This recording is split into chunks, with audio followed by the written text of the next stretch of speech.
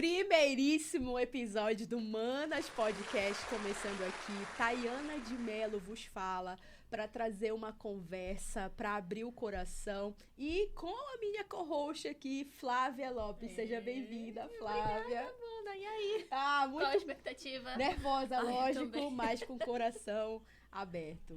Nossa, eu tô assim com a expectativa porque eu sei quais são as pessoas aqui que a gente vai trazer, o tipo de nível de assunto que a gente vai trazer aqui. Então, eu tenho certeza. Até porque é o nosso slogan, né? Nosso lema aqui é a gente ter conversas reais, gente de verdade. Então, isso pra mim me empolga muito. E eu tô muito ansiosa pra gente começar com tudo aqui nesse primeiro episódio. E você, Thay? Eu tô com o coração cheio de expectativa. Eu já quero logo apresentar quem a gente vai trazer pra cá. E a verdade, pessoal, é que essa primeira temporada do Manas vai trazer 6 entrevistados incríveis. Os 6 são de tirar o fôlego, com histórias reais de verdade. Histórias que, com certeza, você já viu aí na sua casa. Essa pessoa que eu vou apresentar pra vocês agora, ela tem um currículo tão extenso, quando a nossa equipe recebeu o currículo dela, que se eu ficasse falando aqui tudo que ela tem no currículo dela, a gente ia gastar bastante tempo. Então, eu tirei aquilo que mais cativou o meu coração no currículo dela. Sabe o que é, Flávia? Aquilo que a gente conversa sempre. A causa da criança e do adolescente, a causa de prevenção, de combate ao abuso sexual de criança e adolescente. Quem nos acompanha na rede social sabe que a gente fala muito disso, que a gente posta disso. E é tão simbólico para humanas receber uma pessoa que é uma voz aqui no Norte sobre esse tema. Eu estou falando de ninguém mais, ninguém menos do que Carol Reschke! Bem-vinda! Gente do céu, essa apresentação eu tava assim, ai. Que responsabilidade. Eu descobri hoje que é o primeiro episódio, então eu tô muito honrada, de verdade. Muito obrigada pelo convite. Eu tô me sentindo em casa. Ai, graças a Deus, que bom, que bom. Carol, a gente tem uma maneira de apresentar as pessoas. Como eu falei, a gente viu o teu currículo, sabe que você é advogada, sabe do teu trabalho, mas eu acho muito importante que a própria pessoa se apresente. Legal. Que ela diga para quem está nos acompanhando aqui quem ela é. Quem é a Carol? Por trás de polêmica, por trás de história, por trás de viralização. Se a pessoa pudesse parar e falar assim, calma, vamos lá. Quem é a Carol? Tá. Bom, eu sou mãe, tenho 2 meninos, sou apaixonada pela minha família, sou paraense, nasci em Castanhal, mas fui criada em Belém. E aí, quando eu casei, fui morar em Mãe do Rio, né? Então, acho que já passei em algumas cidades aí pelo Pará. Eu sou apaixonada pela minha família, eu sou aquela pessoa que, quando tá nervosa, faz umas piadinhas assim para tentar descontrair.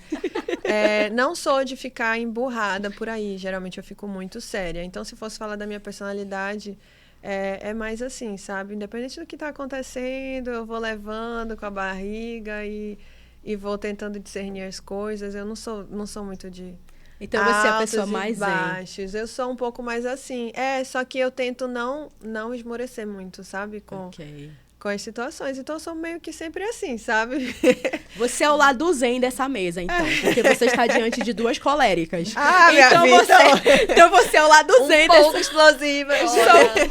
Talvez um lado que o público ainda não conheça, né? De Carol Reschke. Muito interessante. Essa calmaria, não imaginava. Né? Essa pessoa tranquila. Assim, né? Claro que a maternidade tira a gente um pouco da órbita. É este ponto que eu já quero falar. Mas é isso. Acho que de personalidade é isso. Eu brinco que as minhas amigas têm acesso à minha personalidade premium, né? Porque no Instagram já agora virou algo muito profissional. Eu tento muito não deixar ficar profissional. Eu quero que as pessoas enxerguem a Carol mesmo, ser humano, sabe? Legal. Mas assim, infelizmente, a internet ela é uma terra um pouco habitada por pessoas que nem sempre entendem as coisas. Então, eu tenho medo de coisas cotidianas, normais, serem interpretadas de uma forma muito ruim. Então, acaba que a gente faz um filtro, né? Antes de postar. Mas assim, acho que é isso. E, Carol, você tem 32 anos, Sim, é isso? isso. A gente fica olhando essa menina nova, essa Barbie, né? 32 aninhos. E você já tem 2 meninos, Dois então. meninos. Qual a idade deles? Como é que tem sido essa experiência? A primeira coisa que você falou, que eu prestei atenção, foi eu sou mãe. Sim. Então, eu já acredito que isso é muito significativo para tua identidade. Eu sempre costumo dizer que quando perguntam quem a gente sai respondendo o que a gente faz, né? E aí eu tentei quebrar isso com o passar do tempo, porque eu não sou as coisas que eu faço, eu tenho uma identidade, né? O que eu faço é uma consequência. Isso. Só que a maternidade se misturou com a minha identidade de certa forma que não existe mais uma Carol sem conseguir falar eu sou mãe. Porque toca tudo que a gente não tem como. Desde o momento que você descobre que você está grávida, a maternidade toca a sua existência. Carol, conta pra eles como você chegou aqui no estúdio. O que você estava fazendo quando você chegou aqui no estúdio? Eu estava resolvendo o maior BO de quem ia buscar meu filho na escola. Porque deu uma bagunçada aí na logística hoje e aqui a minha vida ainda está se adaptando. E assim, não dá. Eu vou bem ali, 40 minutos. Então, assim, não existe bem ali. Do interior é bem mais fácil, sabe? A logística da vida é bem mais fácil. Então, ainda estou me adaptando a voltar a morar em Belém. E aí, eu já cheguei aqui super preocupada. Essas coisas de mãe, né? Quem vai buscar, não sei quem, não vai dar tempo de eu chegar. Já calculei o trânsito, mas já está tudo resolvido. Aí, eu falei, gente, agora eu estou em casa. Pode perguntar tudo. Mas eu acho que a pergunta era sobre a idade dos meus filhos, né? Sim. O mais velho tem 3 anos, fez agora em março. E o mais novo tem 1 ano e 5 meses. O Josué e o Caleb. Esse nome! É a minha dupla dinâmica. Josué Gente, e Caleb. eu digo que eu nem pensei no nome do Josué, porque o Caleb a gente super orou, assim, qual será o nome do nosso filho, não sei o quê, nananã. Chegamos no consenso de Caleb. Quando eu descobri que era outro menino, eu falei, é o Josué. É o Josué. É o Josué. Pronto, são os dois que vão espiar a terra da nossa família, da nossa vida. Os crentes que estão assistindo vão entender o que a gente está falando aqui, né? Muito bom. Agora, assim, você falou que você é cristã, né? Eu e a Thay também temos essa jornada da maternidade e de educação da criança, né? Nessa formação também do coração, trazer o evangelho. Então, para você, na sua maternidade, como é que você definiria, assim, como é educar uma criança dentro da nossa fé, né? O que isso é diferente, assim, da maneira com que as pessoas costumam criar as crianças? Quais são os pontos ali que você consideraria que realmente tem bastante diferença no comum? Legal. Assim, se a gente tirar a parte religiosa, você só cria os seus filhos para serem bons cidadãos, de um modo geral, né? Tô generalizando. E bons trabalhadores. Isso. Né? Para a sociedade. Isso, a gente cria eles para serem funcionais dentro da sociedade. Só que quando a gente adiciona o cristianismo na educação, você percebe que você tem uma missão ali diante de você, né? Seus filhos são uma herança e eles são uma flecha, então presume-se que eu preciso direcioná-los para algum alvo. Então, quando eu comecei a entender a educação dentro da ótica cristã, eu entendi que tinha 100% a ver com a identidade. Então, eu não crio os meus filhos para serem alguém na sociedade. Eu crio para eles serem aquela pessoa. Isso. Eles serem não para não alguém, para eles terem uma identidade forjada em Cristo. Porque eu sempre uso como exemplo os muçulmanos e os judeus, porque são religiões que você não consegue separar a pessoa do religioso. Eles são aquilo. O que eles creem, a crença deles, afeta tudo. Afeta a forma que eles se vestem, afeta a forma que eles se portam, afeta o que eles comem, afeta tudo, tudo, tudo. E o cristão não, a gente consegue ver aquele momento que você está na igreja, que você adota uma postura diferente e no dia a dia você é totalmente diferente daquela pessoa que você é no final de semana. Então, existe essa grande falha do cristianismo, aí eu vou me embora falando de filosofia, mas não é o tema, né? Mas que ela aconteceu lá atrás, quando a gente separou o sagrado do profano, quando a gente permitiu que o humanismo entrasse na igreja. Então, Deus deixou de ser o centro de tudo e o humanismo passou a ser o centro de tudo, né? O homem como a medida perfeita. Teve uma...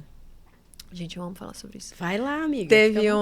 Tem um desenho que é muito conhecido de Da Vinci, que é o Homem Vitruviano, que é aquele que tem uma bola e um quadrado e o homem está aqui no centro, né? Então, os pés e as mãos tocam a bola. Eu acho que vocês sabem Sim. qual é. E ali o humanismo começou a entrar na igreja, com o homem como o centro, a medida perfeita de tudo, né? E isso afeta a nossa vida até hoje. Então, hoje, a gente acaba tomando decisões baseadas no que é melhor para o homem, o que não está errado, só que o primeiro filtro seria o que agrada o coração de Deus. Sim. E em cima disso nós vamos tomando decisões. Então hoje eu tenho ensinado os meus filhos que eu não quero apresentar para eles uma religião, eu quero que eles sejam aquilo. Eu quero que esteja entranhado neles princípios e valores para que eles não saibam distinguir. Aqui é religião, aqui é a minha personalidade. Não, você é isso aqui. Você é esse homem, Deus te fez dessa forma. Existe essa expectativa no coração de Deus a seu respeito.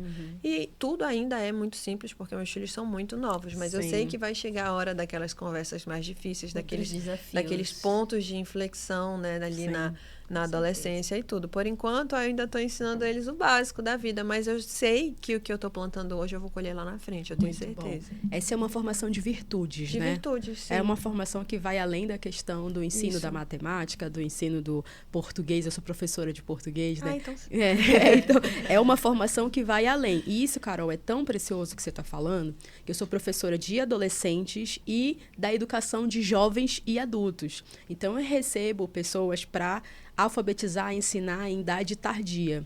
E uma das coisas que essas pessoas mais falam, que os meus alunos mais falam é: professor, eu estou aqui para ser alguém, porque eu quero ser alguém na vida.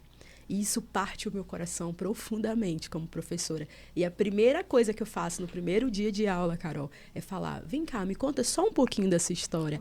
Eu sou mãe de dois adultos que já se formaram. E eu falo assim: eu queria só te contar que você é alguém incrível. Porque que você já é alguém na vida. Não é a tua formação que te faz alguém, não é o teu diploma que faz alguém, é a tua identidade. E é tão precioso que você está encaminhando os teus filhos dessa forma. Agora, você citou o quadro. Então, a gente tem, por exemplo, deixado de lado na educação atual o papel da arte e o papel da música. E aí você cita um quadro que é emblemático numa virada de pensamento cultural daquela época. As pessoas hoje continuam colocando de lado, até mesmo na educação nas escolas, eu vejo isso lá, como se artes fosse algo a menos, como se a arte fosse não tão interessante para que eu chegue ali naquela faculdade. Elas desprezam o poder da música. Pais que estão nos assistindo agora não entendem, talvez, a importância de educar musicalmente os seus filhos, né? O impacto da música, mesmo trazendo para um aspecto aqui neurocientífico, para encaminhar essa criança. Eu dei uma olhada nas tuas redes sociais e eu vi que você é alguém que fala de artes, que fala de música. Eu queria saber como você introduz isso na educação dos meninos. Hoje, por eles serem muito novos, eu introduzo fazendo um filtro muito simples, né? Selecionando o que eles podem assistir ou ouvir na televisão. E música eles ainda não têm muito acesso, somente as musiquinhas que a gente coloca, que são infantis, ou as que eu estou ouvindo, que geralmente são louvores e tudo. Só que assim, eu entendo que a arte, ela forma demais o ser humano, né? Porque a arte, ela tem a ver com padrões. E hoje o progressismo acabou quebrando padrões, né? De certo, errado, justo, injusto. A beleza está nos olhos de quem vê, como se não existisse padrão. E não estou falando de estética. Estou falando do belo, do conceito belo, da virtude do belo, porque a beleza ela é uma virtude, né? Então, assim, quando esses padrões foram quebrados, a gente percebe que isso afetou diretamente a cultura. Porque antigamente só era considerado cultural as coisas que elas resistiam ao processo do tempo. Então, uma arte, para ela ser aquele patrimônio cultural, uma música, ela precisava resistir à sociedade. Hoje é extremamente descartável. Você precisa, um artista, ele precisa lançar várias músicas por ano. Porque daqui a poucos meses ninguém está ouvindo mais. E por mais que a música seja legal, seja boa, ela não é mais pensada em durar, em ser eterna. Ela não tem mais aquele estudo para que você faça, não, eu quero fazer algo para impactar uma geração, para impactar. Elas são feitas para momentos de descontração, a maioria, né? São feitas para momentos de descontração. E momentos de descontração são passageiros. Então, acabou que a arte se tornou muito passageira, né? E o conceito também de arte. Então, antigamente, eu acho que tem até um vídeo no meu Instagram que eu uso esse exemplo, que a gente tinha homens que esculpiam pedras. Então, eles levavam muito tempo. Eu estava olhando, tem até uma imagem ali atrás, né? Pedras eram esculpidas. Só que hoje, uma simples pedra pode ser arte, que tem uma pedra megalítica, que foi um guindaste, foi lá, pegou, colocou no lugar. Eu não estou diminuindo o trabalho, mas não dá para eu comparar com o serviço do ser humano esculpido, a pedra, né? E assim, foi quebrado esse padrão e eu tento, de alguma forma, resgatar ele na minha família para que os meus filhos cresçam com esses conceitos dentro deles. Incrível. Só uma última coisa nessa parte da educação, Carol. A gente está em Belém do Pará, que é um lugar extremamente rico em sua cultura, extremamente rico em sua cerâmica, extremamente rico na sua arte de uma maneira geral. E você é uma mulher cristã, como a Flávia falou, a gente também. E a gente percebe que, às vezes, envolvidos no meio cristão, a gente esquece a importância de comunicar para os nossos filhos a parte cultural da cidade, sabe? A gente esquece de comunicar o que é produção da cidade. Quando o Matheus, meu marido, chegou aqui, ele é de São Paulo, ele falou, nossa, vocês vibram cultura. Vocês vibram, vocês têm pontes culturais, vocês têm os próprios ritmos, os próprios sons. Isso é incrível, vocês têm as próprias cerâmicas, isso é maravilhoso. E eu percebo que, como igreja mesmo, eu posso falar assim, muitas vezes a gente está deixando de lado algo que é nosso, algo que é parte do nosso povo, e como se a gente falasse, agora eu sou da igreja, então agora eu tenho que trocar essas roupas, agora eu tenho... E, de fato, Deus ele vai trabalhando no coração daquilo que precisa ser trabalhado, mas não para negar a identidade do povo, não para negar aquilo que é cultural para nós. Eu queria te ouvir um pouco sobre isso. Não, nossa, é muito legal, acho que nunca me perguntaram isso. Muito bom. A Bíblia, ela não nos orienta a combater a cultura. Ela nos orienta a combater o pecado. E isso é polêmico, tá, Carol? E pecado não necessariamente estão no mesmo lugar. Uau. Né? Eu entendo que nós temos uma história pregressa. Um povo foi colonizado, uma terra foi encontrada. E a gente tem origens amazônicas, a gente tem traços, tem letras, tem estampas. E isso é muito rico, isso faz parte da multiforme graça de Deus. Eu entendo que nós não combatemos pessoas, nós combatemos ideias. Então, é quando as coisas começam a ser deturpadas ou quando elas vão para um lado que espiritualmente nós, enquanto cristãos, não concordamos, aí entra o ensino do evangelho. Mas a cultura, ela reflete a glória de Deus. Já pensou se todo mundo fosse igual? Ia ser muito sem graça. Chato, né? E assim, eu acho muito triste quando as pessoas negam, independente de qual seja a cultura, a nossa ou de outros locais, achando que o evangelho ele tem que ser um negócio quadrado. Sim. E não é. Pelo contrário, ele fala, vai por todo mundo, prega para toda criatura, e em momento nenhum ele fala e combata a cultura das pessoas. Isso. Mas o pecado, sim. Sim. Então, assim... aquilo que fere, aquilo que abusa. E é incrível que o pecado, ele, independente da cultura, ele fere a dignidade do ser humano em qualquer lugar do mundo. Então, assim, eu entendo que não tem a ver com cultura. A cultura é o que você falou, é a nossa história, é a nossa identidade. É onde a gente se sente parte. Eu me sinto parte disso aqui. Eu sou isso aqui. Eu sou paraense, eu sou do norte. Eu não preciso ser caricata. Mas se me perguntarem, se mostrarem, todo paraense sabe responder. Lógico. A gente vive isso. A gente cresceu ouvindo os sonzinhos do carimbó, os sonzinhos do brega. Tinha o brega do lado da nossa casa. Eu sou da igreja, lá não posso cantar. Mas sabe todas as letras na cabeça. É diferente se for uma letra que é extremamente sexualizada. Sim. Mas, poxa, tem coisas muito legais para serem vividas e aproveitadas. Se Jesus estivesse aqui no Pará, onde ele estaria? O que ele estaria comendo e fazendo?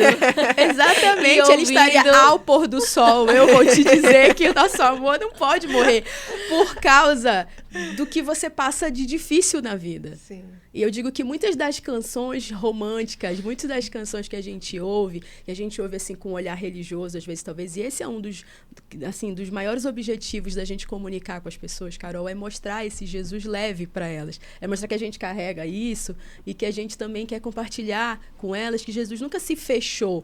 Lá no final, em Apocalipse, diz assim que João teve uma visão e ele viu pessoas de todas as tribos, línguas, raças. Como foi que ele viu isso? Exato. Se eu não tava com tacacá lá, se eu não tava com açaí lá. Ele viu a diferença. Ele viu diferenças das etnias, das raças. Então, quando a gente entende que a igreja necessariamente vai remover a identidade cultural das pessoas, a gente comete um erro grave. A gente tem uma festa... Vou passar essa pauta, tá? Rapidinho, porque a conversa é muito boa. Mas a gente tem uma festa religiosa aqui que vai para o mundo inteiro, que é o Círio de Nazaré. E a gente sabe, Carol, que na educação das crianças, a primeira ideia que elas ouvem sobre um assunto é a ideia que vai moldar a mentalidade das crianças. Eu lembro que a Ana tinha 2 para 3 aninhos, e a gente estava nesse período de Círio aqui em Belém, e a gente não é católico, né? A gente é cristão, protestante.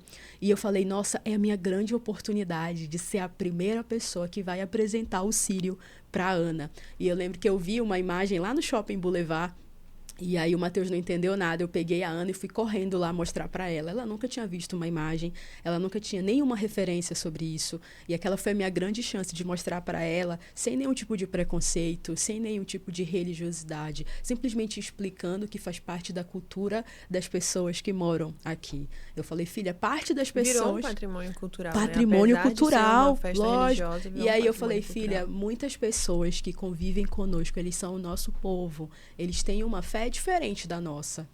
E não vai ser só essa, vão ser várias fés diferentes. E eu apresentei para ela, falei, quem que você acha que esse aqui é? Eu mostrei. É a representação da mãe de Jesus. É a representação de Jesus. E aí mostrei para ela, mostrei algumas fotos. E até hoje, Carol, até hoje, você perguntar o que é o Círio, Ana? Ela vai fazer 5 agora. É uma homenagem para a mamãe de Jesus que algumas pessoas fazem. Sabe, eu ganhei tudo, assim, porque legal. Eu posso apresentar para minha filha, mesmo pensando, mesmo sendo de uma fé diferente, com muito respeito, com muito carinho. Eu acho isso tão importante. Legal. A gente não foge do assunto de filhos, né? Não, Não tem como. Não. E eu acho que a questão da maternidade, ela atravessa realmente, como a Carol falou, toca todas as nossas áreas. E também pensando nisso, a gente introduziu aqui que você é uma pessoa que está aí ativa, né, na causa da prevenção contra o abuso e exploração sexual infantil. Estamos no Maio Laranja, que é um mês extremamente significativo para esse tema, que é um mês que a gente, principalmente dia 18, que é o Dia Nacional do Combate ao Abuso e Exploração Infantil no Brasil. E você, além do seu currículo maravilhoso, é uma pessoa que está aí nessa causa. Vi que você capacitou mais de 300 servidores em Mãe do Rio acerca do assunto. Você poderia falar um pouco para a gente como foi, como tem sido essa sua experiência, como você começou nessa área, da proteção da criança e do adolescente? Legal. Eu comecei primeiro trabalhando com crianças no contexto de igreja, né? Eu fui para o Ministério Infantil tapar um buraco. Faltou gente, chama Carol. Nunca mais eu saí. Porque ali eu entendi que o Senhor tinha ativado coisas no meu coração em relação às crianças, né? Ali começou um amor e um senso de urgência que não tinha como vir de mim. Você já era mãe nessa época? Não, eu tinha... Quantos anos? Uns 16 anos, eu acho. 17. Nossa. Acho que era isso. Eu fui ajudar nessa linha de 4 e 5 anos. E aí, nunca mais eu saí. E aí, depois, eles começaram assim, precisa fazer um treinamento de não sei o quê. Eu vou. E aí, eu sei que eu fui me capacitando, fui entendendo, fui me identificando, assim, com a causa, até que, de fato, eu recebi uma palavra de Deus sobre ser mãe de órfãos. Eu entendia que eu carregava no meu coração... essa urgência. E aí, foi algo tão sobrenatural que abriu uma casa de acolhimento na rua da minha casa. Uau. Na época era da prefeitura, né? Então tinham 2 casas, uma do lado da outra, uma era das crianças menores e a outra das crianças maiores. E hoje talvez eu não conseguiria fazer isso, mas na época eu consegui fazer amizade com as conselheiras e as pessoas da assistência social que trabalhavam lá. E eu entrava para brincar com as crianças. Isso é super perigoso. Infelizmente, não pode fazer isso mais, porque, enfim, eu podia ser uma abusadora, Sim, né? Lógico. Mas, graças a Deus, foi aquela oportunidade que Deus me deu para que eu pudesse entender o que aquelas crianças viviam. Não é que eu ia para lá brincar sempre, mas, assim, às vezes eu ia fazer eventos, aí eu levava piscina de bolinha, cama elástica, fantoche, levava uma palavra. Ou então eu estava passando e eles sempre passeavam na rua, final da tarde. Aí eu ia com eles e ficava passeando, não sei o quê. Então, assim, sempre que dava, eu parava lá. Teve uma vez que eu parei lá, elas estavam na hora da jantinha, aí eu pedi só para ajudar e sair, né? Então, assim, foi ali que eu fui entender muito da realidade. Como eu já fazia faculdade de Direito, eu fui tentando entrar mais na parte jurídica da vida daquelas crianças também, não daquelas em si, da teoria, né? Da teoria jurídica que estava se envolvendo ali, porque eu comecei a ver várias brechas na parte de estágio de convivência, de crianças que acreditavam que estavam sendo adotadas e eram devolvidas. Então, assim, aquilo foi um divisor de águas na minha vida. Assim, essa oportunidade que eu tive foi um divisor de águas na minha vida e aí nunca mais eu parei, né? Então, depois eu me envolvi com o Instituto Amarelinha, que é um instituto de treinamento. Porque, assim, eu entendo que quando a gente fala de abuso, a gente pensa só em punir o abusador. Só que, e a família? E o que eu faço para a criança não ser abusada? Porque punir o abusador foge da minha alçada. Eu não sou policial, eu não sou delegada, eu não sou promotora, eu não sou conselheira tutelar. Eu não estou na rede de proteção jurídica dessa criança. Eu sou advogada, mas, assim, até eu conseguir que o abusador seja preso, não é mais fácil a gente tentar educar a população para proteger as crianças? Com certeza. E aí foi quando eu fui para essa área da educação, né? Então, eu comecei a fazer treinamentos e tudo. Ainda na época da campanha, antes da gente assumir a prefeitura, eu lembro que eu fui em várias escolas, em vários locais, convidar as pessoas para esse treinamento, porque eu falei assim, eu não sei qual vai ser o resultado, mas eu vou aproveitar essa visibilidade para dar voz à causa que eu acredito. Então, eu fiz esse evento e foi um sucesso. Aí, no segundo ano, já repeti com um porte maior, porque nós estávamos no executivo, né? Então, assim, tinha mais condições de fazer um evento grande. Fizemos um evento, 47 escolas, os gestores foram treinados. A gente conseguiu entregar livro, apostila. Botei o que dava para botar. Tudo que podia. No evento, convidei a Aimee, uma querida, assim, super parceira, que acabou ficando conhecida com aquela música do Evangelho Fariseu. Sim, inclusive já está convidada, hein, Aimee, quando estiver em Belém. Não, estamos ela aqui. ela carrega aqui. assim, uma revelação muito preciosa, sabe, sobre Sim. isso. E, assim, foi... Assim, a causa da exploração sexual infantil, ela não é uma causa postável. Quando você está ali nos bastidores, você não tem o que postar. Então, assim, acaba que eu só aparecia em maio, né? Quando eu estava fazendo os treinamentos e os eventos, porque depois as famílias, elas vêm até nós. E aí a gente ajuda com a orientação, indica profissionais, fala, olha, o caminho é por aqui, vou fazer isso. Só que são coisas que não dá pra gente mostrar para a sociedade, mas está acontecendo. E está acontecendo toda hora. Então, assim, foi assim que começou e eu espero que nunca termine. Enquanto eu puder lutar por essa causa, enquanto tiver fôlego, eu vou estar aí. Fora de maio, em maio, quando for possível, né? Acaba que maio é o boom que a gente tem para conscientizar as pessoas, né? Para trazer esses treinamentos. Mas é o ano todo. Inclusive, a recomendação que a gente tem para as escolas e empresas é que a cada 6 meses hajam os treinamentos, para que, de fato, aquilo vire uma cultura. Porque senão você ouve uma vez no ano e aí acaba não se tornando cultura, né? Muito bom. Não pode parar, né? Porque em maio tem essa maior visibilidade, que bom. Mas Sim. Eu vi até um dado que a cada 1 hora, 3 crianças sofrem. Então, é subnotificado, é capaz de ser bem mais que isso. Isso, exatamente. Exato. E agora, Carol? Eu ia citar isso daí. Mãe de órfãos, essa é uma palavra muito forte, Carol. Eu recebi essa palavra em São Paulo.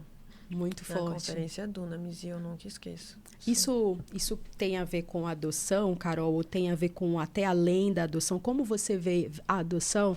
Eu te pergunto isso, Carol, porque a gente que tem um coração pela causa da criança e do adolescente, a gente se pergunta como que a gente pode se envolver mais com essas coisas. E quando eu te ouço, eu tenho a impressão de que as pessoas acham que se envolver com a causa do órfão é só adotar. Mas veja, você estava trabalhando efetivamente em favor das pessoas, das crianças, e não necessariamente estava adotando, embora eu também quero falar de adoção, que é muito maravilhoso também. E por um motivo muito simples, Carol. Nós, né, cristãs da igreja, nós somos pró-vida. Então, nós somos contra o aborto. Sim. Mas a gente vai ferrenhamente contra o aborto. E aí, depois que essa criança nasce, muitas vezes, esse grande contingente da igreja não está lá dando esse apoio tá lá, nesse órfão, dando apoio. Então, assim, sim, pró-vida, sim, a vida tem dignidade, mas e o depois? E o depois que essa vida nasce? Então, eu acho muito interessante a gente pensar nessa pauta da adoção e nessa pauta de como a gente pode... mas eu não posso adotar. Mas não é só sobre adotar. É sobre se envolver, sobre enxergar essas pessoas na sociedade. A causa... eu tenho um curso que eu dava na igreja sobre aborto. E aí a gente ensina sobre aborto não é ser a favor da vida só do bebê. A gente é a favor das duas vidas. A mãe também precisa ser cuidada. Ela deveria ser... a mulher que desiste de praticar o aborto, ela deveria ter um pré-natal diferente. Ela deveria ter um acompanhamento psicológico diferente.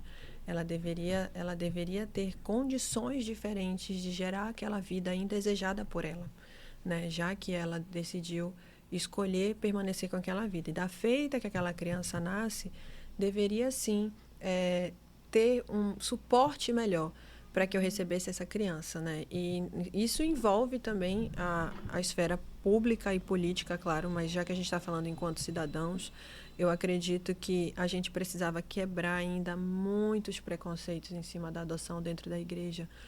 Tem pessoas que levam para um lado espiritual, do tipo assim, eu não sei que passado essa criança carrega. Meu Deus. Quem se importa? Você tem passado também. Que isso? Você bota nos pés da cruz, quebra e vai criar a criança. Eu já ouvi isso. Como se o próprio filho biológico não pudesse ter problemas carrega, e questões, e são né? os meus que ele carrega.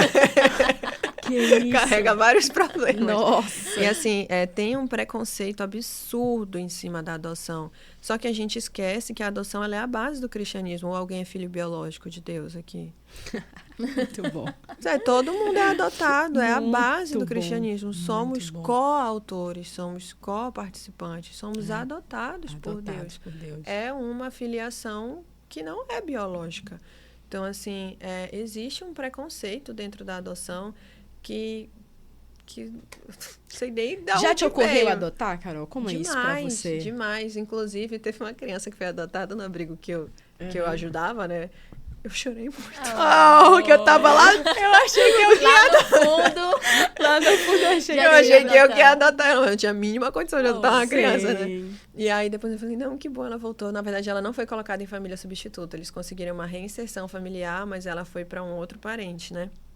E que bom, esse acaba sendo, dependendo do motivo da criança estar ali, ela voltar para a família originária acaba sendo o melhor cenário, né?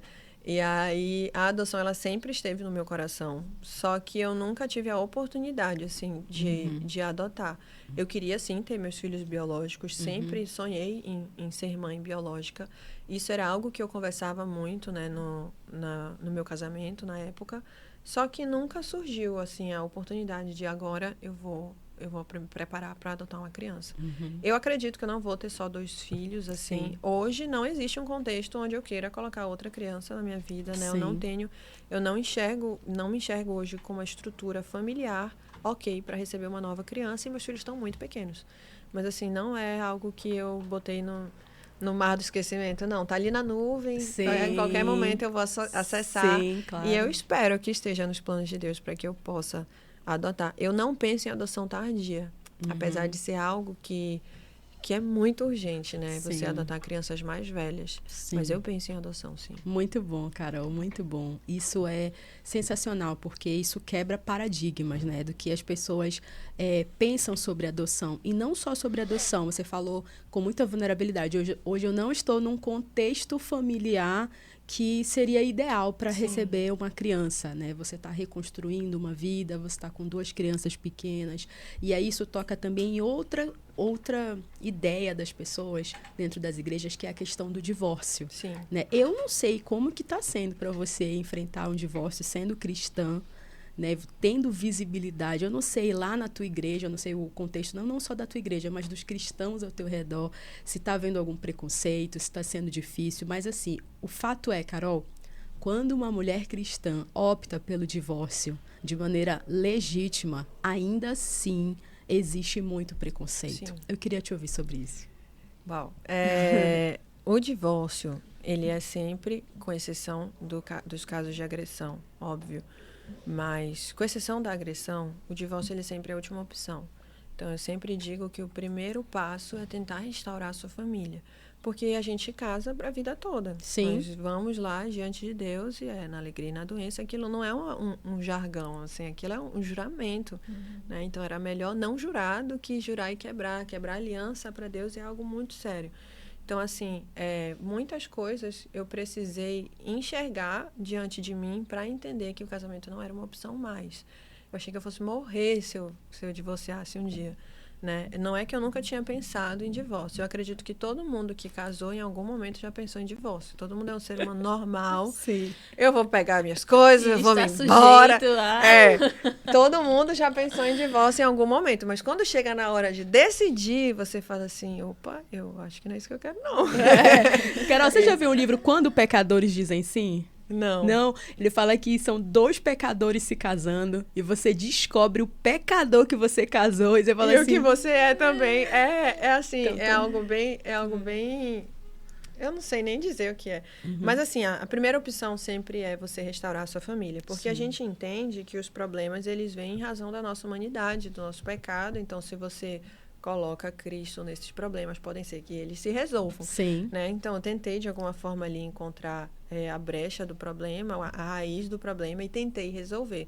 Só que chegou um momento em que eu entendi que uma decisão tinha sido tomada. Certo. E nessa decisão não cabia mais eu e meus filhos. Já existia outra vida sendo construída e que tinha chegado a hora de ir embora. Então, assim, se eu for para um contexto religioso, eu ainda estou dentro da lei, sim, né? Que sim, é da legalidade, a digamos. Sim. E o adultério, né? Uhum. Então, assim, eu não senti muito o peso de estar tomando uma decisão da minha cabeça.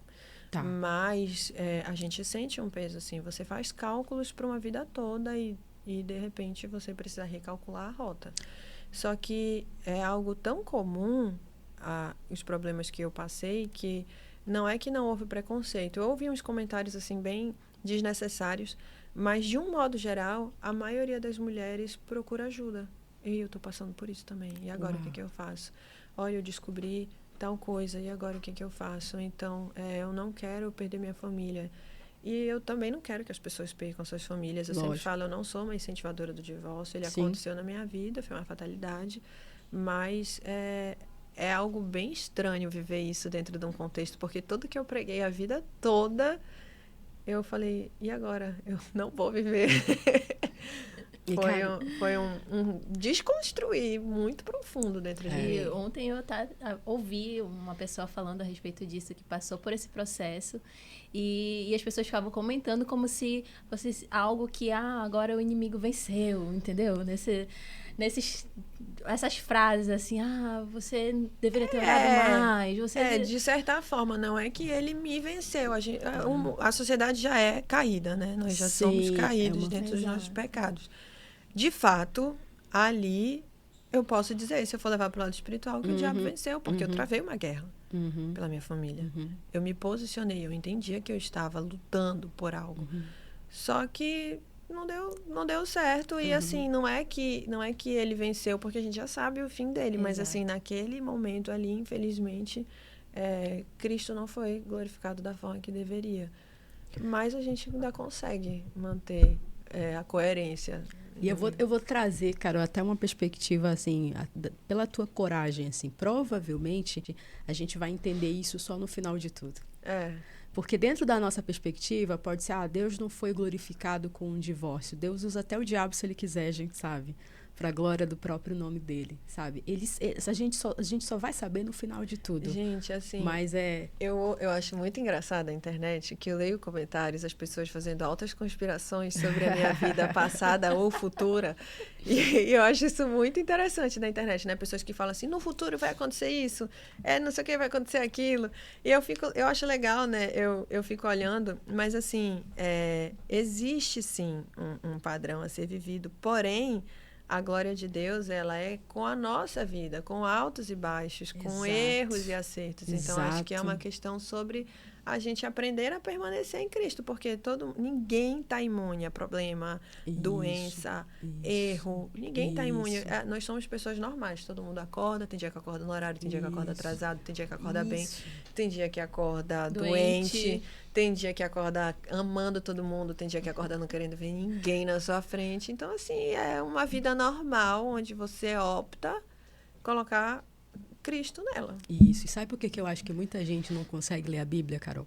Porque a Bíblia, ela fala de tudo isso aí. Ela não esconde nada. Ela não escondeu o adultério de ninguém. ela não escondeu, sabe, os abusos de ninguém. A Bíblia tem histórias de abusos. De abuso, sim. E isso é chocante para as pessoas. Talvez se fosse uma Bíblia, assim, mais da prosperidade, uma Bíblia um pouquinho mais Do assim, uma Bíblia um pouquinho mais assim, não, o coach ruim, né? Tem um coach bom, né, que ajuda as pessoas, mas tem aquele que é da linguagem seletiva para tentar convencer, e a Bíblia ela não esconde essas coisas. Ela traz pessoas reais. E eu acho tão incrível que foi aquele cara caído ali, Davi, que foi achado segundo o coração de Deus. Não foi uma pessoa perfeita. Não foi, até porque não tem essa figura além de Jesus na Bíblia, né? E a Bíblia, a gente não pode esquecer, é um livro vivo. Então, assim, quando você pega um livro sobre história, ele só vai falar sobre história. Quando você pega um livro sobre ficção, ele só vai falar ficção. A Bíblia é o único livro que ela consegue abordar todos os temas. Sim. Entra ano, sai ano, ela permanece atual. É por isso que é viva. É porque ela flui em todas as áreas da nossa vida. Se eu abrir hoje, amanhã, depois de amanhã, vai fazer total sentido. É o único livro que consegue ser multidisciplinar nesse nível, entendeu? Então, assim, eu tinha certeza que ali ia ter resposta para alguma coisa. E eu fui para lá. Então, inclusive agora, recentemente, viralizou, né, a fala da pastora Helena Raquel, trazendo esse tema que a gente está conversando aqui de maneira tão sensível dentro das igrejas. E ela trouxe um texto de uma pessoa que foi abusada na Bíblia. Ela foi corajosa, ela trouxe isso, de fato, ali para dentro do contexto da igreja. E a gente ainda tem um pouco de receio de falar disso dentro desse contexto, né, Carol? Eu falei para ti que quando eu comecei a falar de Maio Laranja ano passado nas minhas redes sociais, eu comecei a receber muitas histórias. E alguns tabus que a gente precisa quebrar, se eu contar essa história, vai ser um escândalo para a igreja. Assim como a questão... Que seja. Assim como a questão do divórcio. Se eu assumir isso aqui, se eu contar para as pessoas o que aconteceu, isso aqui vai ser um escândalo. Então, assim, a gente quer deixar claro que não é contar que é o escândalo, é o fato que é o escândalo. O pecado é o escândalo. Entende? É isso que é. Aqui. Exato. E como a gente pode, Carol, abordar esse assunto para as próprias crianças? Para uma criança que é tão sensível. Sobre abuso? Sim.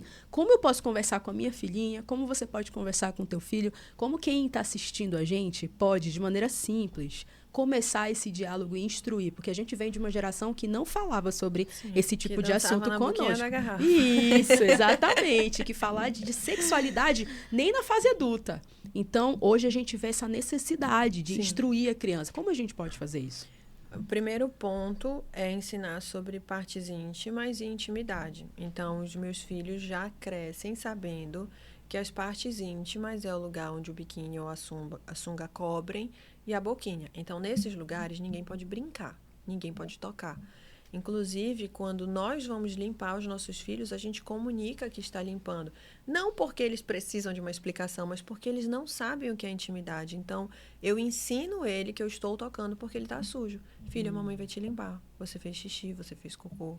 Então, a mamãe está te limpando. Filho, vira aqui, a mamãe vai limpar você. Eu comunico, eu ensino ele que aquilo que eu estou fazendo significa que eu estou limpando ele. Qualquer coisa que fugir daquilo, ele no mínimo vai achar estranho.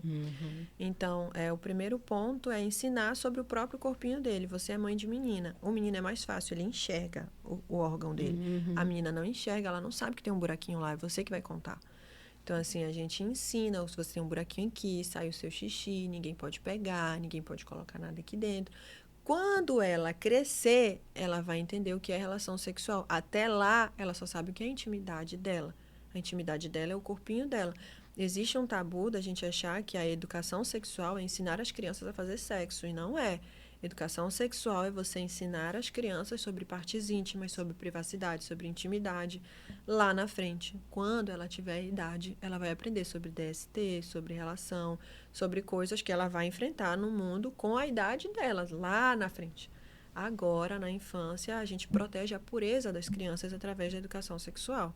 Então, assim, em casa, a gente ensina com essa cultura de... o brasileiro, ele é meio pelado. Né? Sim. A gente tem essa cultura de, tipo assim, todo mundo se trocar na frente de todo mundo, se é da sua família. E, assim, de fato, não existe muito uma maldade ali, se alguém da minha família está se trocando. Só que, se eu quiser ser mais rígida, eu vou quebrar isso com os meus filhos. E, eventualmente, isso vai acontecer? Vai, porque a gente está se trocando, a criança entra correndo no quarto.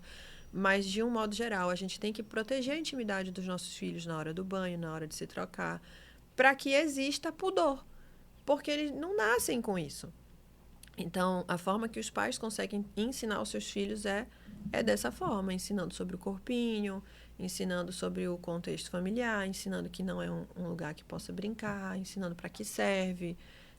São essas coisas que a gente consegue. Muito bom, Carol, muito bom. Te ocorre alguma história, sim, rapidamente, que tenha sido mais significativa para ti, de tantas histórias que você já deve ter ouvido? Sim, uma que eu consiga contar aqui Sim. é sobre crianças que abusam de crianças. Que o que acontece? Quando a criança é estimulada sexualmente, ela libera hormônios do prazer, ainda que ela não esteja sentindo, porque é um órgão sexual. Então, alguns abusadores fazem aquela criança acreditar que ela gostou, para que ela não trate isso como algo ruim, né? Então, chega um dado momento que a criança quer procurar aquela sensação de novo. E ela vai ensinar outras crianças a fazer isso. E aí eu tenho autorização para contar essa história de 2 pastores que são amigos nossos, José e a Casey, eu acho que você conhece. Sim. Eles ensinam muito os filhos a respeito disso. E esse ensino salvou os filhos deles de não ser abusado por outra criança, porque eles estavam saindo do culto, o filho dele estava no estacionamento, e ela enxergou ele com outra criança atrás do carro. E eles rindo muito. Aí ela ainda chegou lá na inocência e falou assim, vocês estão brincando de esconde-esconde? Aí o filho dela, um pouco envergonhado, falou, não, mamãe, ele queria brincar de mostrar o pintinho, mas eu disse que não pode. Provavelmente, a partir dali viria uma situação de abuso. Daí ela pegou, foi tratar daquela criança, foi tratar com aquele pai e descobriu que aquela criança estava num contexto de abuso sexual. Só que se o filho dela não tivesse sido ensinado que não pode se trocar na rua, que não pode tirar a roupa, que não pode mostrar para as outras pessoas, ele teria sido abusado ali naquela oportunidade, provavelmente. Nossa. Então, assim, a gente não trocar os nossos filhos em ambiente público. Acontece, né? A gente que tem filho pequeno, eles, em lugares não eventuais, fazem xixi, fazem as necessidades e se sujam. Então, às vezes, você está num lugar que não tem banheiro e você tem que trocar o seu filho. Só que você consegue fazer isso de uma forma privativa. Você consegue mostrar para ele que você não quer que ninguém enxergue as partes íntimas dele. E foi isso que salvou o filho dela de, naquele momento, não participar dessa brincadeira que, na verdade, era um abuso. E a gente sabe também que esse contexto familiar, né? E nem sempre o abusador, ele vem ali travestido com alguém Na verdade, ruim, ele quase nunca quase nunca vai ser dessa forma. E na maioria dos casos, como você citou, acontece dentro do contexto familiar. Uhum. E aí é um assunto, assim, que eu sempre tô com a anteninha levantada, de observar não só os meus filhos, mas também outras crianças nos ambientes que eu estou. Então, a gente sempre está ali em alerta. Mas existem algumas, digamos assim, umas red flags, né? Que nós, como pais, devemos estar atentos, assim, que não está escancarado ali. Porque ainda assim, por mais que na maioria das vezes não seja aquele abusador travestido de pessoa mal, mas as pessoas ainda acham que são. Uhum. É porque a gente tem muito essa sensação de rapto e estupro, de que a criança vai ser roubada e vai ser colocada num contexto de exploração sexual, que acontece. Só que o contexto familiar, ele é o campeão de denúncias. Assim, nem todas as pessoas que se envolvem em crimes relacionados à dignidade sexual da criança estão envolvidas na pornografia infantil. A maioria dos contextos são abusos em ambientes familiares. Então, assim, a gente joga uma responsabilidade enorme em cima do Estado e do poder público, que tem uma responsabilidade enorme, só que se exime, enquanto sociedade, de entender que a gente tem que ser a primeira barreira para que aquela criança não seja abusada. Depois que ela foi abusada, aí ela é responsabilidade do Estado ir atrás daquele abusador, porque ele tem autoridade para punir aquele crime. Só que, e antes disso, e a prevenção? Uau. O que é que nós estamos fazendo enquanto sociedade, enquanto pais, mães, tios, padrinhos, madrinhas? O que a gente está fazendo enquanto família? Porque 98%, eu ouso dizer que seja até mais, mas assim, quase 100% dos casos são em contexto familiar. E, Carol, mas agora, o que a gente pode fazer? A gente está conversando aqui sobre isso. E eu recebo muito essa pergunta também lá pela rede social. Tayana, como eu posso ajudar? O que eu posso fazer? Sabe, eu fico ouvindo as histórias. Tem gente que já escreve assim, eu vou parar de assistir, eu vou parar de seguir, porque eu não aguento mais, isso está me causando ansiedade. Só que assim, a gente não vai adiantar a gente fingir que isso não está acontecendo, porque isso está acontecendo. Quando eu, no agosto lilás do ano passado, conversei com os alunos lá da escola como professora, teve um aluno que levantou e falou, professora, o meu pai bate na minha mãe.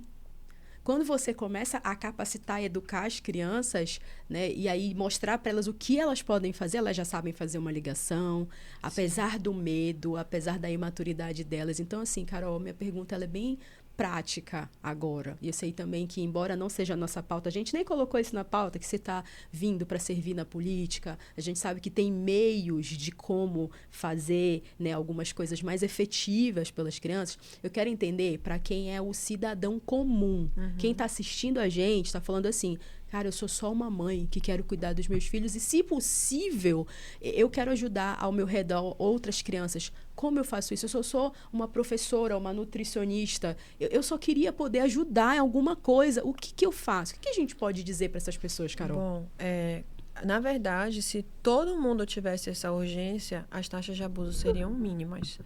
Só que a gente deixa os nossos filhos brincar. Na capital nem tanto, mas no interior a gente deixa os nossos filhos brincando na rua só de calcinha. A gente não tem uma supervisão acerca do que eles estão acessando nas redes sociais. Então, assim, se cada adulto cuidasse da sua criança com muros de proteção, essas taxas diminuiriam.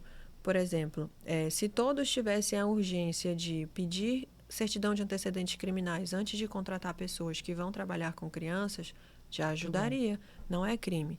Você pode, se a pessoa não quiser entregar, tudo bem, mas se fizer parte da sua lista, ela não entra no cargo que você está propondo. Então, professores, porteiros, zeladores de escola, líderes de ministério infantil, o abusador, ele está onde a criança está. Então, no mínimo, eu tenho que perceber que naquela minha lista de seleção de pessoas para trabalhar, pode existir um abusador em potencial. Porque é muito mais fácil para ele estar num contexto de confiança. Porque ele já quebra o quê? A barreira da desconfiança.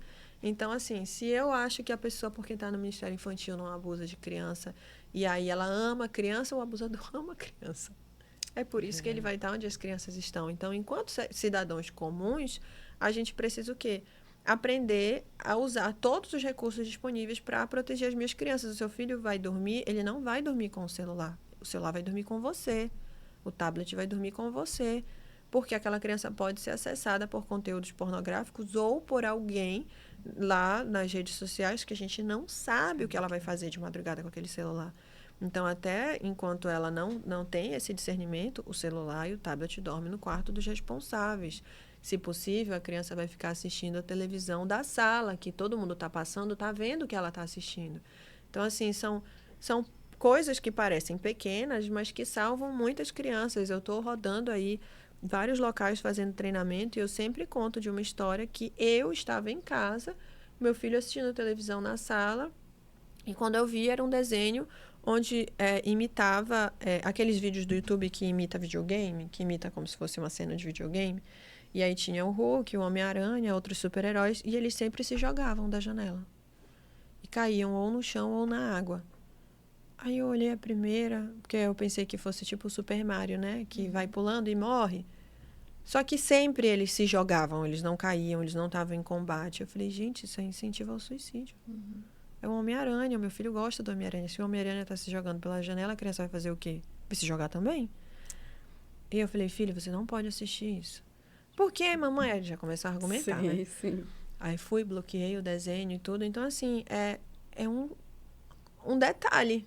Exato. Ou seja, detalhe. prestar atenção no dia a dia. É no dia a dia. É no dia a dia. Quem é que vai acessar a minha casa? Quem é que vai ficar sozinho com meu filho? Os sinais, entendeu? Eu preciso aumentar essa rede de proteção. Meus filhos não vão para casa de coleguinha. Assim, eles ainda nem têm idade para isso, mas assim, o dia que eu deixar, tem que ser uma pessoa que eu tenho assim já um histórico. É porque vai criar o seu filho numa bolha, vou. Para não ser abusado, vou.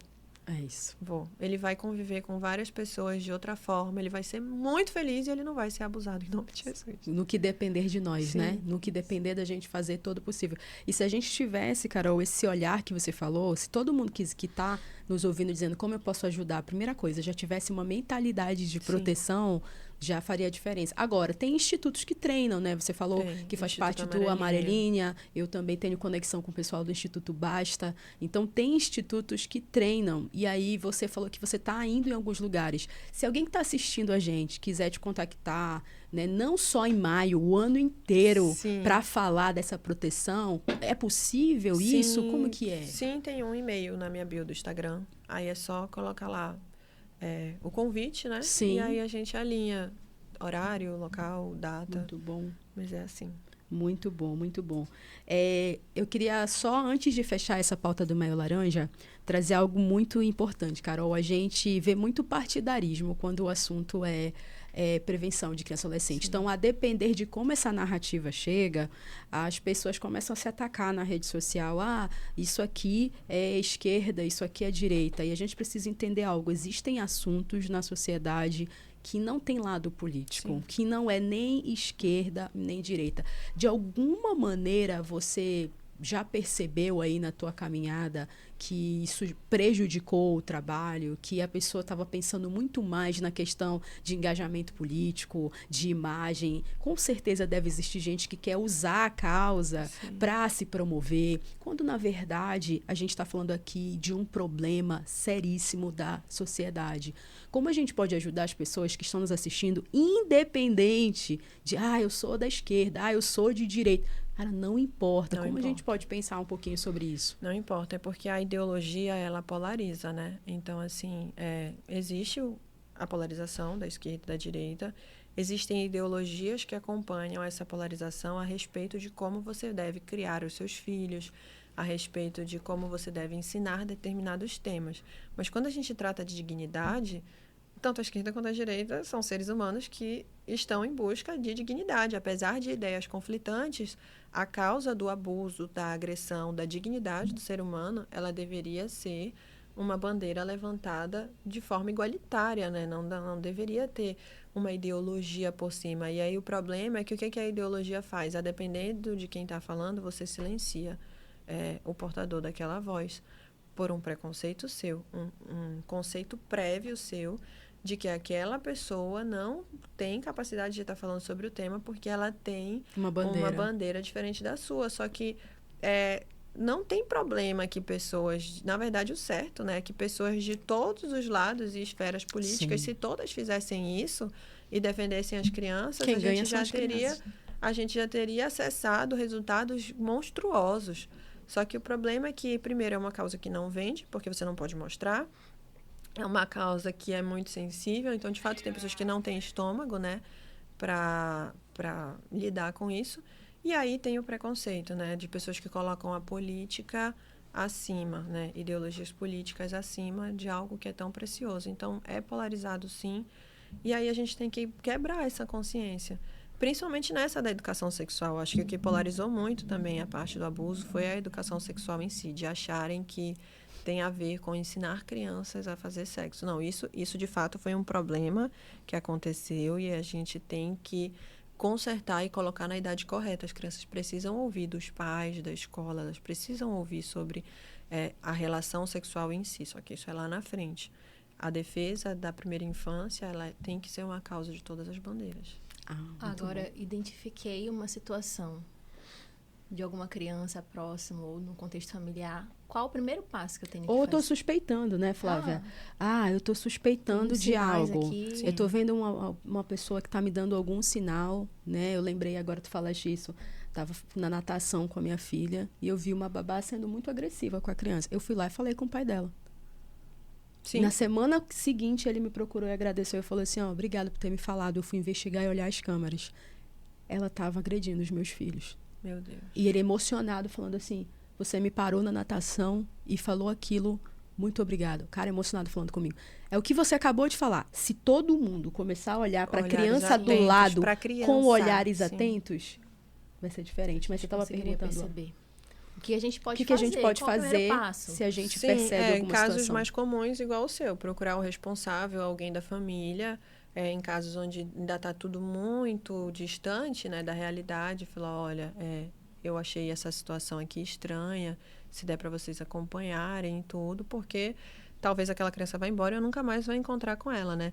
Mas se for um contexto onde é alguém da sua vizinhança, alguém que você vê sempre, uma situação que está lhe causando aquele desconforto, que você acha que alguma coisa está acontecendo, o primeiro ponto que eu falo é que a nossa função não é investigar. Tem órgãos investigativos para isso. Muito bom, Porque muito o que bom. acontece? É claro que eu vou recolher o máximo de informações possíveis para que eu possa fazer uma denúncia lá no Disque 100, ou diretamente na polícia, ou no Ministério Público. Mas se você quiser fazer uma denúncia anônima no Disque 100.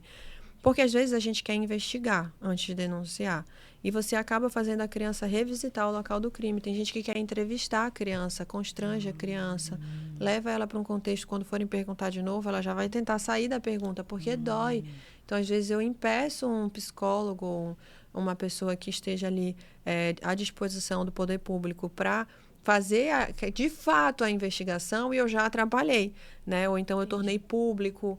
É algo que deveria ser sigiloso para proteger a dignidade da criança. Eu sempre falei isso para uma pessoa que me procurou uma vez. Eu falei, pare de falar que você está suspeitando do fulano. Porque a primeira coisa que ele vai fazer é desfazer tudo, Sim. né? Ele vai criar agora um cenário, porque eles já sabem que estão suspeitando dele, e vai falar que você é louca. Aí foi dito e feito. Uau. Nossa, então, assim, você primeiro colhe, né? Porque vão lhe perguntar, por que você acha isso? Eu acho por isso, isso. Aonde é? Como é? Quando é? Então, assim, o máximo de informações que você tiver e você vai efetivar a denúncia. A partir dali, é claro que você pode ter um número de protocolo, pressionar, né? Se você vê que é algo que não está indo para frente, olha, a criança ainda está passando por isso, olha, queria que vocês mandassem um assistente social, um conselho tutelar, não sei o quê. A parte investigativa também é muito difícil, mas ela não é nossa. Investigar não é nossa responsabilidade. Nossa responsabilidade é denunciar e prevenir. Eu vou guardar isso pra mim, tá? Porque eu sou o tipo de pessoa que quer investigar.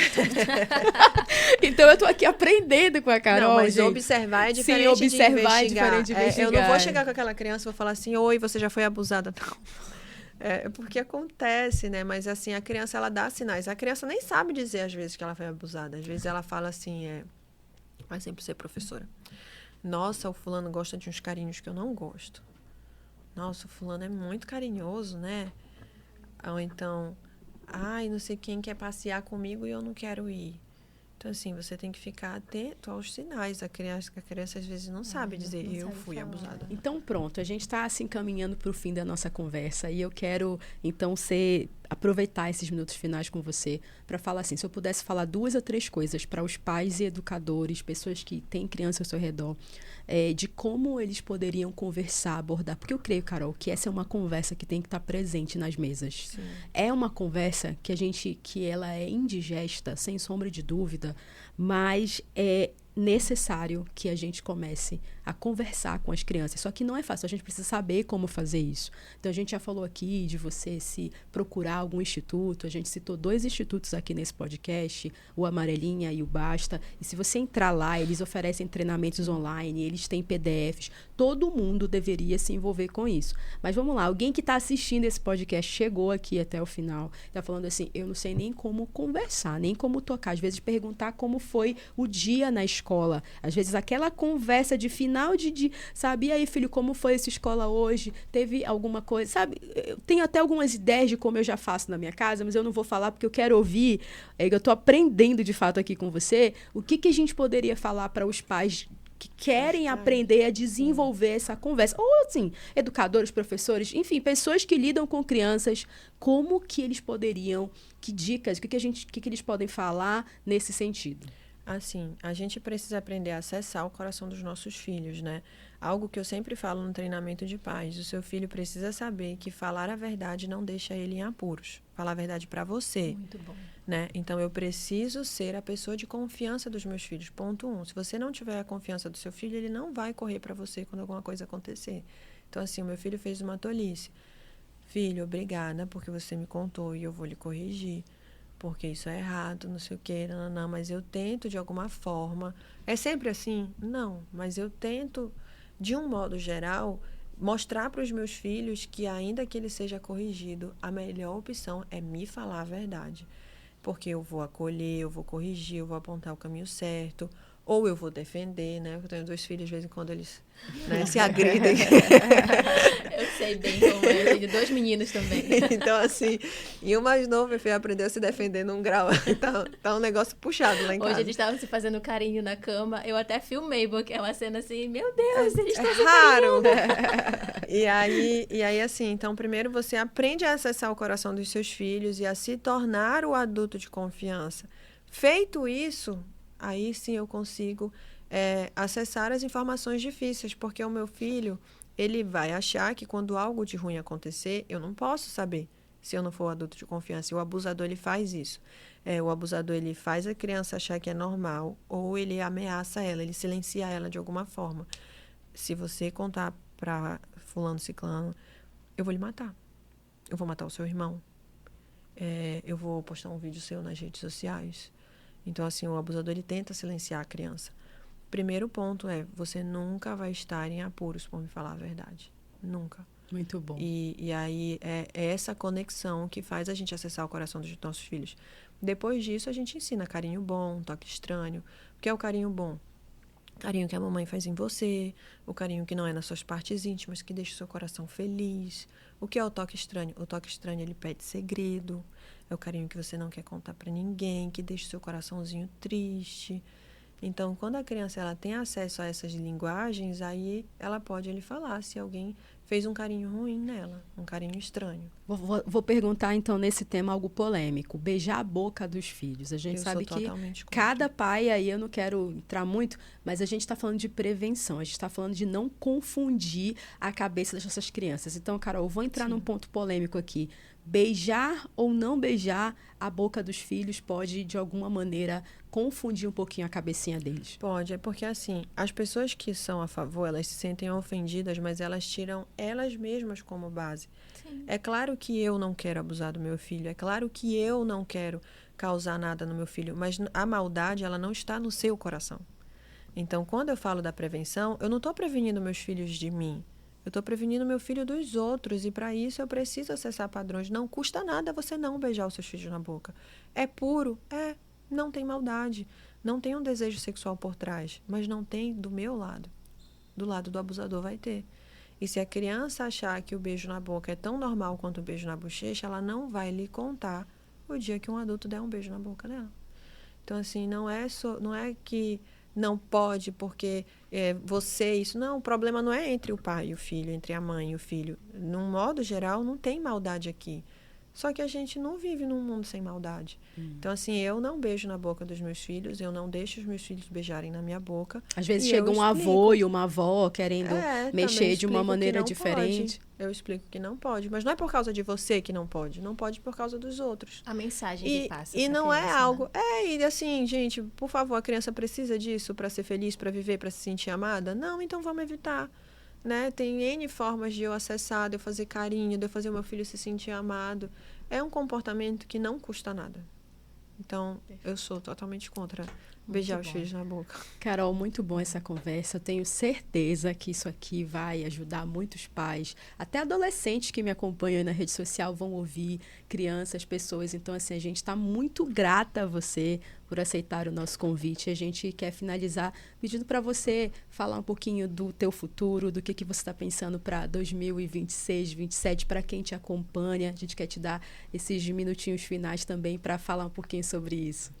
Falar de 2026 para mim é até difícil, porque eu perdi completamente o controle da minha vida. Hoje eu estou como pré-candidata, né, a deputada federal. Foi um projeto que foi surgindo, ele não estava a princípio no meu coração, mas me coloquei à disposição do grupo. E assim, hoje, o que eu penso para 2026? Dar o meu melhor nessa caminhada, conquistar o maior número de pessoas possíveis, para que, se der certo, eu esteja, em nome de Jesus, legislando e defendendo essa causa, né, lá na frente, em Brasília. Mas a gente pode esperar que, caso você seja eleita, uma das principais causas vai ser a causa da criança e adolescente? Com certeza, não faria nem sentido se eu não aproveitasse uma oportunidade gigante dessa para fazer o que eu acredito, né? Mas eu sempre tenho para mim, porque assim, eu sei que não sou eu que defino a política, né? Já existe todo um contexto de pessoas que já tinham esse projeto antes de mim. Então, eu sei que é um desafio muito grande. Então, assim, quando chegar em outubro, se não der certo, eu quero que até lá eu tenha dado o máximo possível de voz às causas que eu acredito. Eu quero aproveitar essa caminhada, porque qual é outro momento na minha vida que eu vou virar o Pará inteiro andando em todas as cidades, se não em uma pré-campanha e depois uma campanha, né? Então, assim, eu quero aproveitar esse momento para fincar, de fato, bandeiras, assim, de conquistar territórios. E aí, se Deus abençoar e der certo, ótimo, a gente angariou mais um degrau aí para lutar pela causa. E se não der certo, mesmo assim, eu acredito que deu certo, porque eu consegui acessar. Nossa, eu estou me conectando com pessoas, assim, que só a pré-campanha poderia me dar essa oportunidade, entendeu? Então, assim, estou conhecendo pessoas maravilhosas, eu estou acessando lugares que só em razão da política eu estou tendo acesso. Então, assim, eu já vivo o impossível, assim, eu já estou realizada, independente do resultado. Mas é claro que eu quero que dê certo. Carol, a gente te deseja sucesso aqui do Manas. Obrigada. Que Deus continue guiando a tua caminhada. Para nós aqui do Manas, a gente literalmente é Manas, né? Porque somos irmãs. Então, esse é o nosso coração. Muito obrigada pelo teu tempo e pela tua generosidade. Agora, a gente vai agradecer aos nossos parceiros que tornaram possível o nosso podcast, né, Flávia? Falar Começamos um pouquinho em grande estilo, né, Thay? Com Carol Resch, com esses parceiros aí. Muito bom. Maravilhosos. Perfil Brasil. A gente veste, gostaram do look? Aqui. Perfil Brasil. Estão conosco. Já fui cliente do Geek Burger. Olha aí. Gente, eu amo hambúrguer. Você que tem hambúrguer, pode me convidar. Então já fica aqui o pessoal da Geek, ó, a Carol quer fazer uma visita lá, pronto. E a Geek Burger, em especial, deixou um promocional para nós do Manas de 15% no presencial, tá bom? Então, olha, se você... sextou, né? Sextou. Se você está pensando nos próximos dias em comer hambúrguer, você tem 15% aqui. Só falar que assistiu o Manas Podcast, que você tá lá na Geek Burger, vai pegar um desconto para pagar. Muito bom, né? E aí, que mais? Açaí teria pavulagem. Gente, açaí é muito bom. E a gente tem um pouco de preconceito com açaí que parece com açaí de São Paulo, né? Mas esse daí, gente, não. Esse eu garanto. Já segue na rede social deles que vocês vão ver a montagem maravilhosa. Vou pedir para enviarem para você, Carol. Pode mandar. Açaí... Eu tô aceitando tudo. Eu tô aproveitando que agora eu tenho uma roupa. Gente, fiquem à vontade, pode mandar, que eu amo receber as coisas. Então, açaí teria pavulagem, assim, incríveis. Paulo Moura, fotografia de casamento. Gente, você precisa conhecer as fotos desse cara. Carol, incrível. Ele viajou lá para Campinas para fazer o meu casamento na época, 7 anos atrás. E assim, incrível. Só dá você que gosta de arte, só dá uma olhada nas fotos do Paulo Moura, fotografia de casamentos. Clínica Florar, que cuida de grávidas. Acho que a Flávia pode falar melhor da Florar. Acho que eu sou suspeita a falar, né? A Clínica Florar... Ficamos ali na Rômulo Maiorana, número 700, recebemos grávidas, crianças, né?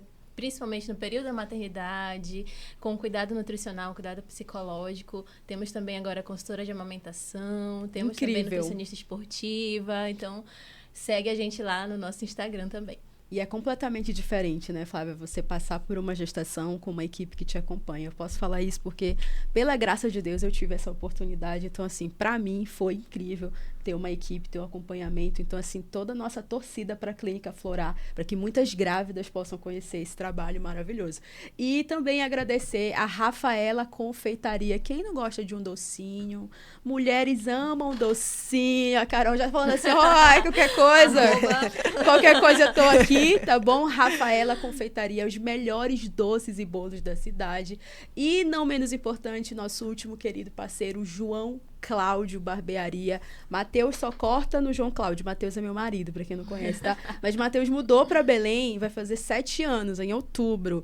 E ele só corta no João Cláudio. João Cláudio é uma barbearia clássica, que lembra um pouco de Paris, que lembra um pouco dessa ideia mais clássica, dessa pegada. Bora ver se ele aguenta. Vamos ver se ele furacãozinhos lá. ele consegue, se João Cláudio consegue cortar. Então, assim, a gente quer encerrar com esse carinho, pedir para que vocês sigam, porque quando vocês seguem, não só o perfil do Manas, mas o perfil dos nossos parceiros, você está encorajando a nossa voz e a nossa mensagem. Pedir para eles seguirem o nosso canal do YouTube, né, Flávia? Também. É o canal Manas Podcast, né? Você pode procurar lá, @canal Manas Podcast. Mas no nosso Instagram também, manas.podcast. Você vai ter lá no linkzinho da bio o acesso direto para o canal do YouTube para ficar mais fácil aí de você acessar o canal.